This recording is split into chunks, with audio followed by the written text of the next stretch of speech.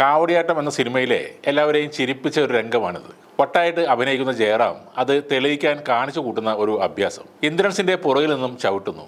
ആ പഴക്കുലയോടൊപ്പം ഇന്ദ്രൻസ് തെറിച്ചു പോകുന്നു. തിയേറ്ററിൽ പൊട്ടിച്ചിരി ഉയർത്തിയ ഒരു നിമിഷമായിരുന്നു അത്. എന്നാൽ ഈ ചവിട്ടിന് പിന്നിൽ വിഷമിപ്പിക്കുന്ന ഒരു സത്യമുണ്ടെന്ന് ഈയിടെയാണ് അറിയുന്നത്. ജയറാമിന്റെ ഈ ചവിട്ടിൽ ഇന്ദ്രൻസിന് കിട്ടിയത് വിട്ടൊഴിയാത്ത വേദനയാണ്. ലൈഫ് ലോങ് സ്പൈൻ ഇഞ്ചുറിയാണ് അദ്ദേഹത്തിന് കിട്ടിയത്. എന്നാൽ ആ തെറ്റ് പൂർണ്ണമായും ജയറാമിൻ്റെ ഭാഗത്താണ് എന്ന് പറയാനുമാകില്ല.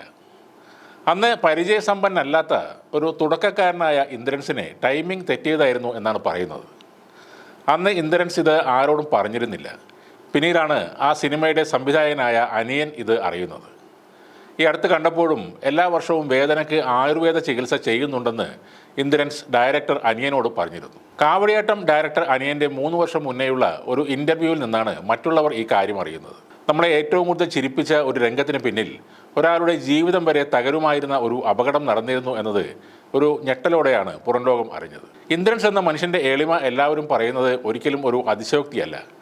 ഇത്ര വലിയൊരു ആജീവനാന്ത വേദന കിട്ടിയിട്ടും പുള്ളിക്കാരൻ അതൊരിടത്തും പറയുകയോ ആളുകളുടെ സഹതാപം പിടിച്ചുപറ്റാൻ ശ്രമിക്കുകയോ ചെയ്തിട്ടില്ല.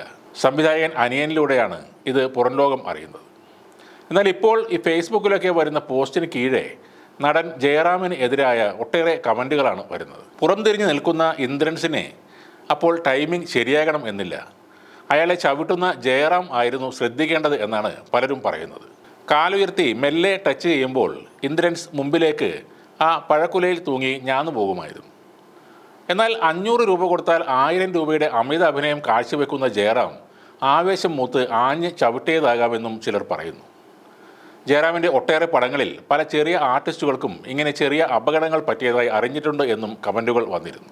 പൊതുവെ ഈ പോസ്റ്റിൽ ഉരുത്തിരിഞ്ഞു വരുന്ന ഒരു അഭിപ്രായം എന്തെന്നാൽ അന്ന് നായകനായി തിളങ്ങിയിരുന്ന ജയറാം ഇന്ന് അന്യഭാഷകളിൽ നായകൻ്റെ ചവിട്ടുകൊള്ളുന്ന ആളായി മാറി. ഇന്ദ്രൻസ് തൻ്റെ അഭിനയ മികവ് കൊണ്ട് മലയാള സിനിമയിൽ നായകർക്കൊപ്പം തിളങ്ങി 1ാം സ്ഥാനത്ത് നിൽക്കുന്നു എന്നതാണ്.